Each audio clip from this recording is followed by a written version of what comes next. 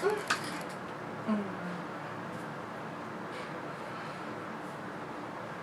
friends, and welcome back to my channel.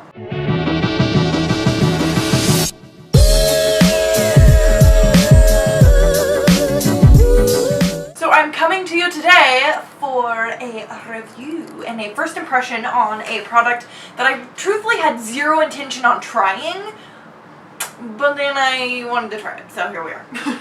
So I'm going to be doing it like broke bitch style, like back in the day whenever I first started this channel.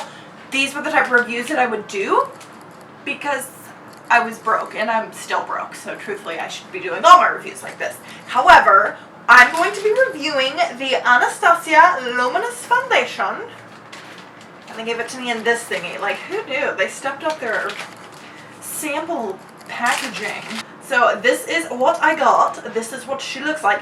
You know, I really wasn't going to try out this foundation because I thought Luminous oily skin may not go well together. So here we are. I got the shade 250C. The shade that I actually wanted, I think, was like 260 in or something along that line. I have a more neutral undertone. I'm more cool than I would say warm.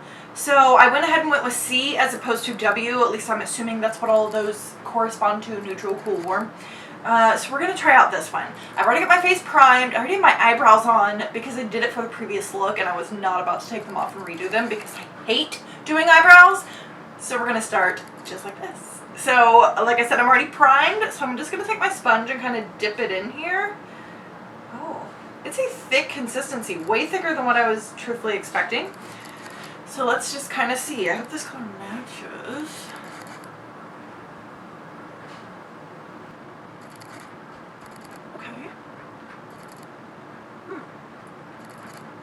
I'm not really getting luminous vibes. I'm kind of getting more satin as opposed to luminous because, you know, I was expecting, not necessarily that this would have a sheen to it, but I feel like I was expecting a little bit more.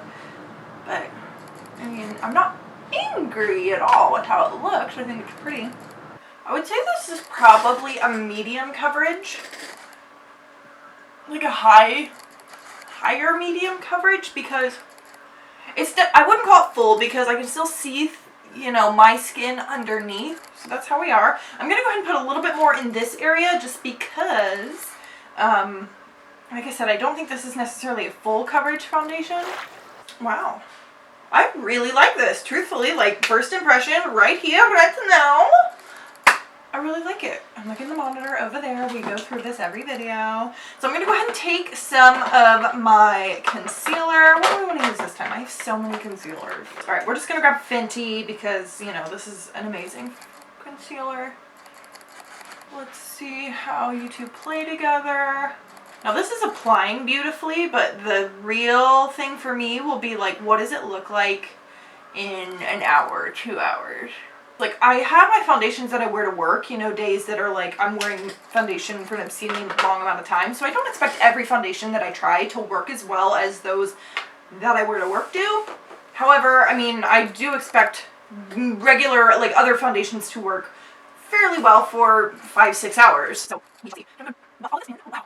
That's really nice on this. I really like this concealer.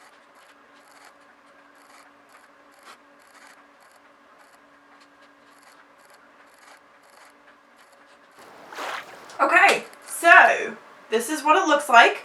I definitely lightened it up a bit. Ugh, I may have put on a little bit too much concealer. However, it still looks beautiful. Everything meshed and played together really nicely. I'm really enjoying what it looks like. So what I'm going to do now, before I talk a bunch of creases into my face, is set it. And we're going to see how it looks once I have everything set into place. So I'll let you guys watch how I do this, but like it's nothing new, nothing that you guys haven't seen before. So I'm going to go ahead and do that super quick.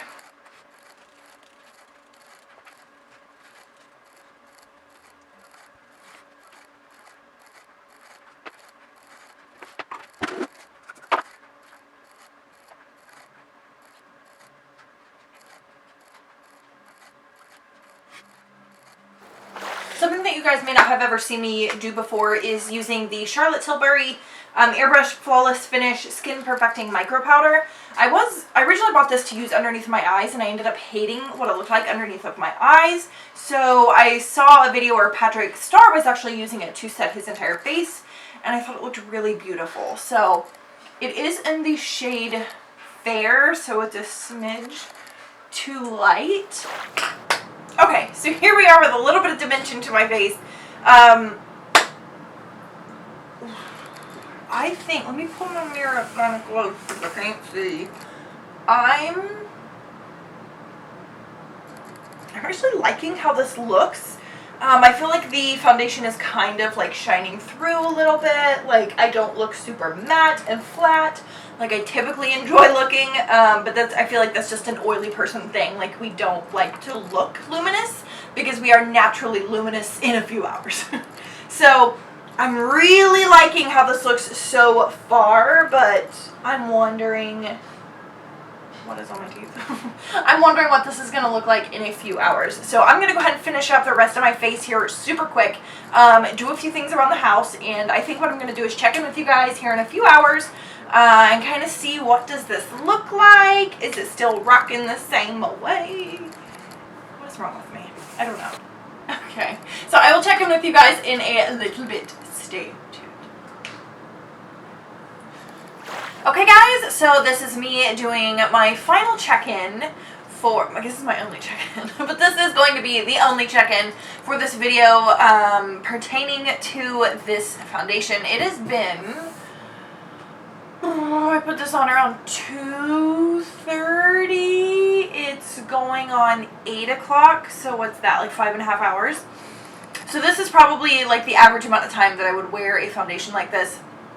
With it being luminous, I wouldn't really trust it to be a long-wearing foundation. However, I may wear it to work one day just to see what it looks like. But I feel like that would be asking for trouble.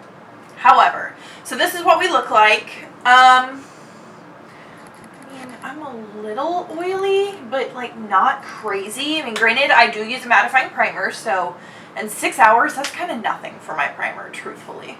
So what do you guys think? I think it still looks really good. I'm going to pull a mirror close to me so I don't keep trying to look in the monitor because I can't see very well.